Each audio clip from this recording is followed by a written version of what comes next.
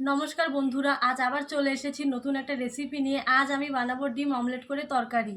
আপনারা প্রথম থেকে শেষ পর্যন্ত সঙ্গে থাকুন। আশা করছি ভিডিওটি আপনাদের ভালো লাগবে। সব কিছু আগে থেকে রেডি করে রেখে দিয়েছি। এবার প্রথমে মশলাগুলো মিক্সিতে করে নেব। জিরা, আদা, লঙ্কা আর অল্প পেঁয়াজ, অল্প জল দিয়ে একসাথে সব বেটে নেব।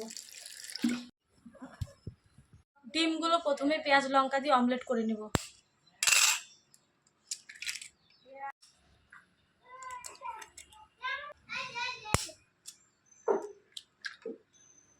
অল্প লবণ, পেঁয়াজ লঙ্কা দিয়ে অমলেট ভেজে নেব।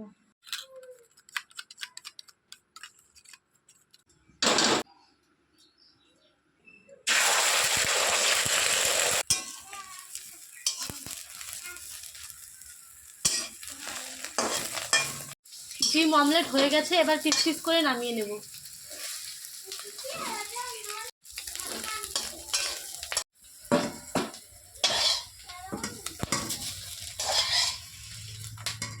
এবার আলুগুলো লবণ হলুদ দিয়ে ভেজে নেব।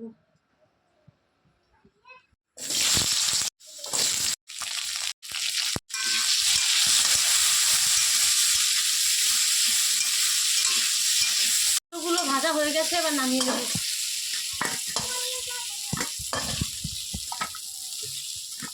তরকারিটা করার জন্য আরেকটু তেল দিয়ে দেবো। গরম হয়ে গেছে, এবার দিয়ে দেবো তেজপাতা, জিরা আর অল্প পেঁয়াজ কুচি। পেঁয়াজগুলো ভাজা হয়ে গেছে, এবার বাটা মশলাগুলো দিয়ে দেবো। এবার লবণ আর হলুদ দিয়ে মশলাটা কষিয়ে নেব।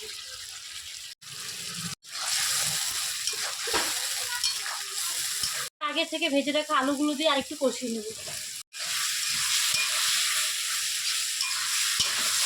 খুব ভালোভাবে কষানো হয়ে গেছে, এবার ঝোলের জন্য জল দিয়ে দেবো। খুব ভালোভাবে ফুটে গেছে, আলুগুলো সেদ্ধ হয়ে গেছে, এবার অমলেটগুলো দিয়ে দেবো।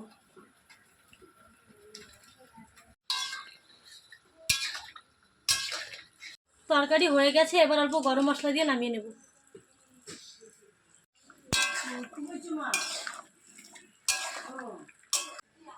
আপনারাও এভাবে বাড়িতে বানিয়ে খাবেন, আশা করছি ভালো লাগবে।